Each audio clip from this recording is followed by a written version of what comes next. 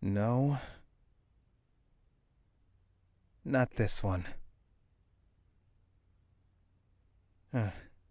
Maybe. Might be good to have just in case. Hello, Cassie. Are you here to help me look? Oh, silly baby. You're not tall enough. That reminds me. No. Huh? When did this get here? I really need to catch up on organization. Ooh, yes. I'll need this one. Uh-huh. This too. Ah! Finally. There you are.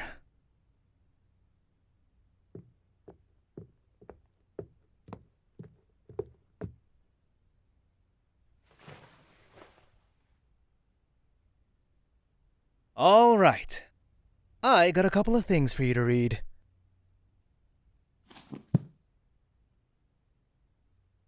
No, not right now. Just over time.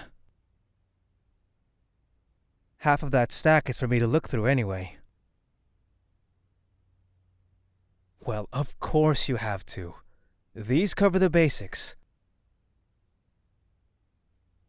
It's all stuff you'll need to know. I had these down by the time I could write my own name. Although, I am considered to be a prodigy of sorts. We really shouldn't compare.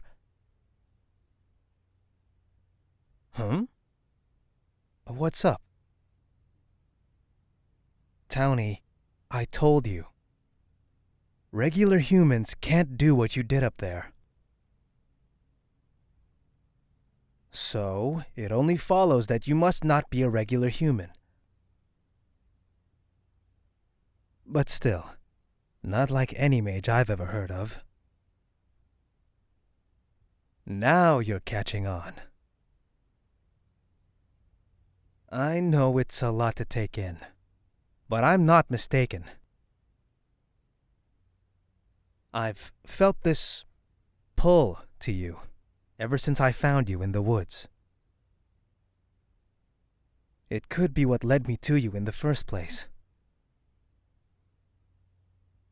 Like I said before, I'm destined to get rid of the blight. Maybe fate is nudging us toward each other. We can figure all that stuff out later. For now, let's focus on getting you caught up. You want to help the town, don't you? Right.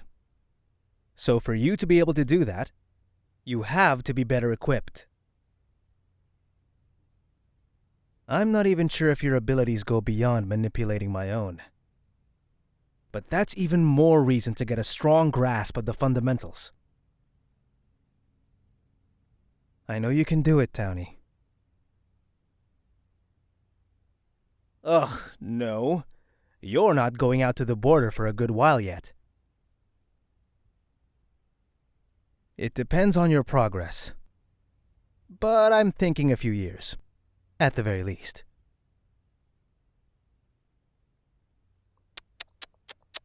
It's really not that bad. Any other teacher would make you wait even longer. Look, learning magic at your age is gonna take some time. It'll be like you're adapting to a new limb. A lot depends on you and how fast you can pick it up. My stars, you're a stubborn one. Okay, how about this? I'll take you out to the border as soon as you read all of the books in this pile, front to back.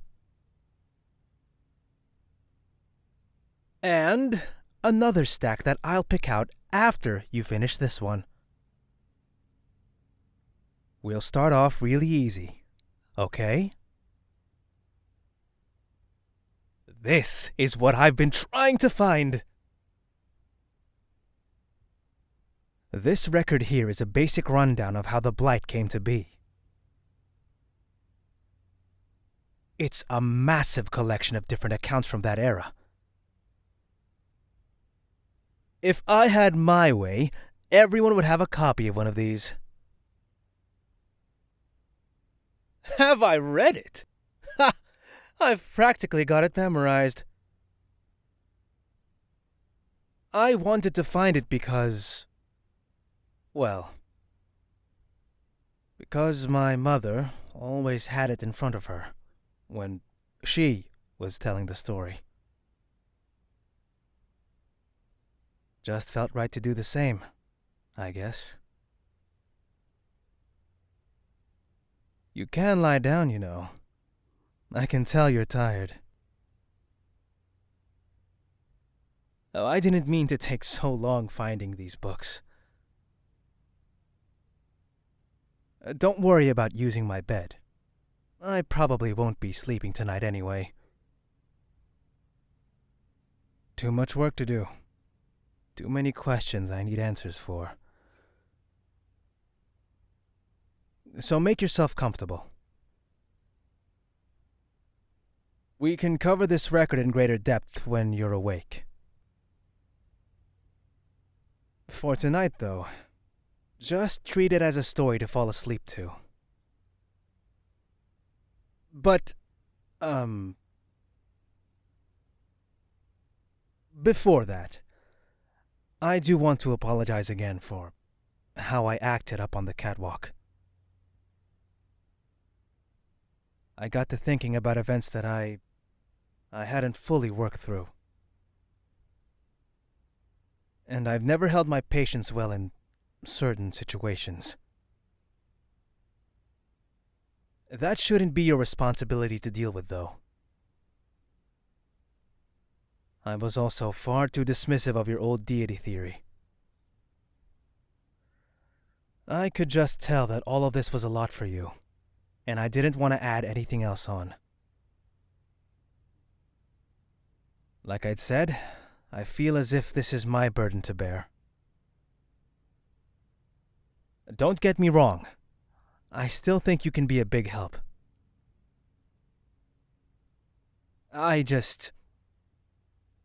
Let's just talk about this later, okay? Are you comfortable? Do you think you have enough blankets? Okay. If you wake up in the night and you're cold, you need only to call out to me. I'll be in the next room over.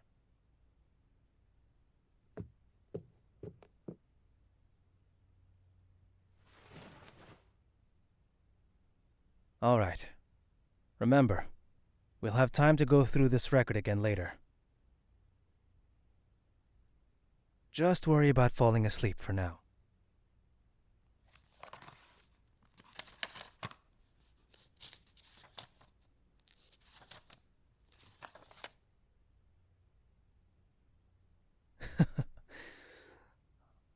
Once upon a time.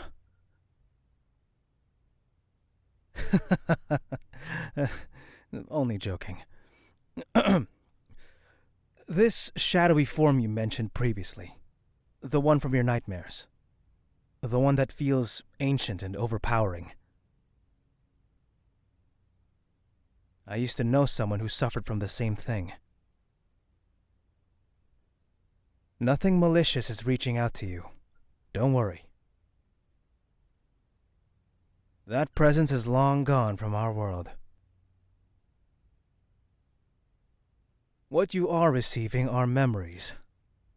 The final aftershocks of a consciousness that faded a long time ago. The blight didn't spring up from the earth out of nowhere. It has spread and spread and spread over the course of centuries. Probably over 1,000 years at this point. Its source? The decaying body of a fallen god. A piece of it, anyway. Though, god isn't the most accurate term. Nothing else ever really fit. It was just something far beyond our comprehension. Since this all happened such a long time ago, the details can be unclear. It seems like no mage of that era could agree on an answer. However, one detail that all of them do seem to agree on, a detail present throughout every text we have, is that whatever this was, it was big. The astral luminary of that time was the first to become aware of the ancient presence. During a completely routine observation, they noticed a strange anomaly. Something that shouldn't have even been possible. Distant stars were going out, vanishing into the abyss of space. This, understandably, caused a great deal of worry. But that was only the half of it. As it turned out, the stars weren't burning out, just being overshadowed by something inching closer to us. Something of incomprehensible magnitude. And if that wasn't bad enough, it didn't come alone. A different form, a sort of travel partner followed behind this massive dark terror. In contrast with the first, this form was bright. Almost like a star in its own right, casting a soft halo of light around edges of a darker shape. At this point, it wasn't feasible to go on calling the two Ancient Cosmic Deity A and Ancient Cosmic Deity B. Humanity has a preference for snappier names, romantic names. Names that grab your attention when you hear them. So, the majority of the population began referring to these beings as the lovers. Like a card pulled from the deck of a fortune teller. Eros and Psyche were their individual names, a reference to famous sweethearts from an ancient myth. Psyche, the Abyss, and Eros, the Lodestar. It was easy for humanity to be romantic about such things in the beginning. But as the lovers grew closer to us, the mood became far less jovial. Psyche, the closest, was what we call a world eater. An abyss not only in visage, but also in function. It pulled in and consumed every heavenly body that came close. And since it was making a beeline towards Earth, well, the general population were scared out of their wits. Earth's decline had not left many humans alive, and the ones remaining had survived through paranoia alone. So while the Magi started on a solution, the rest of humanity began constructing a safe haven underground. Only a handful of ordinary people accompanied the Magi. But their contribution would turn out to be the saving grace in our final hour. But it seems that part might have to wait until later. Sleep tight.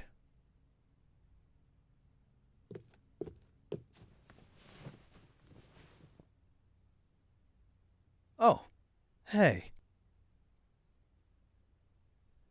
I thought you were asleep.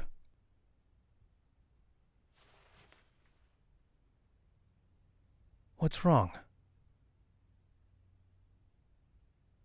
Yeah. I'll stay. Of course, I'll stay. Did you fall right into a nightmare? No? Just homesick? Townie, I can still take you back, if that's what you want. Yeah, right now. We'll be safe the whole way there. I'll make sure of it.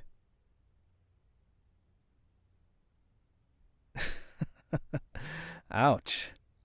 I am capable of more than just healing magic, you know.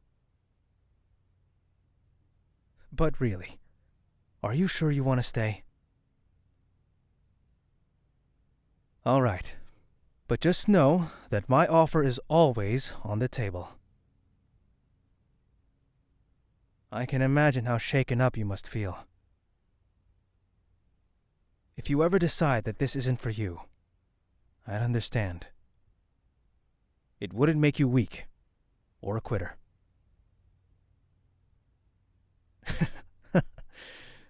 Then I'm glad fate brought us together like this. Yes, I'll continue the story. I can stay on the edge of your bed this time, so you know I'm still here. Now close your eyes.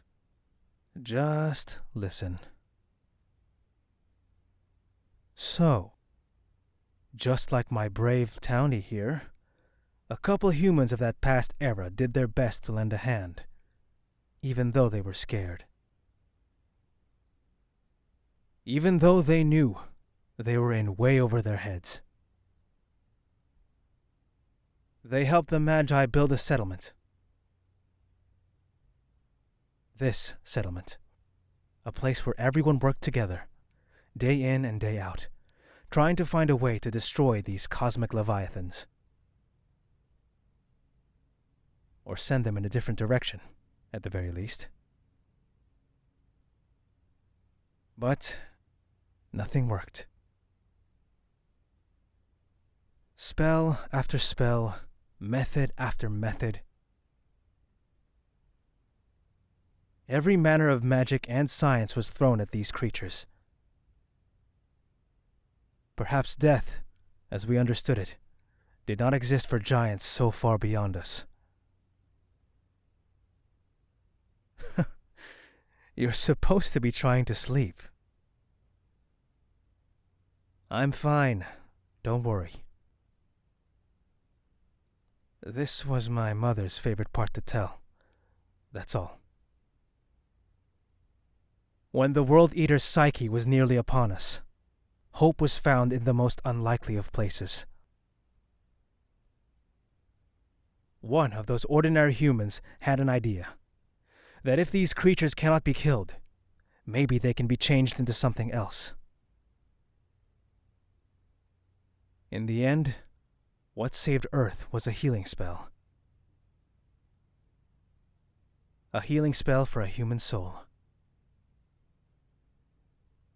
Not the weapons of war, not the magic designed to annihilate, but the most overlooked and basic medicinal mending spell. Upon contact with Psyche, the details get muddy. Everybody witnessed something different. Something few could even put into words. The only common thread was that a piece of the main body broke off as it disintegrated. This piece fell to Earth, landing somewhere far away from the settlement. Psyche was finally dealt with, but that left Eros. With the shadow gone, Eros's light was unwavering, blinding. Daytime would not give way to night. Luckily, a more refined version of the spell made quick work of Eros, its transformation and subsequent collapse, leaving nothing behind. There was a resounding celebration, but it couldn't last very long. That piece of psyche still needed to be retrieved, at the very least examined. No one had a good feeling about it. An expedition was sent out to try and find where the piece had landed. When they returned, the humans among them were very ill, each passing away less than a day later.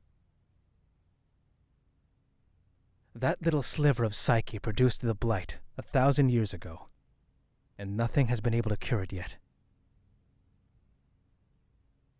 It's been pushed back, it's been slowed significantly, but never cured. Even small victories cost so many lives.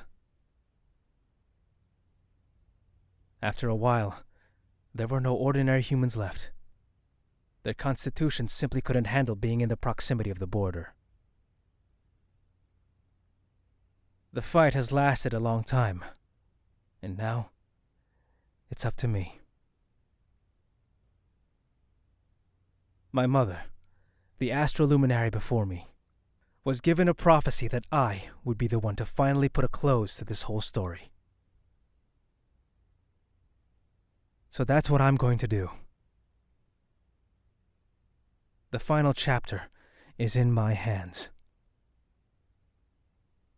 But maybe fate has finally decided that I've been alone in this fight long enough. You might be the key to finally ending all of this. My linchpin. We'll have to see. Won't we, Townie? Sweet dreams. The plot thickens, eh?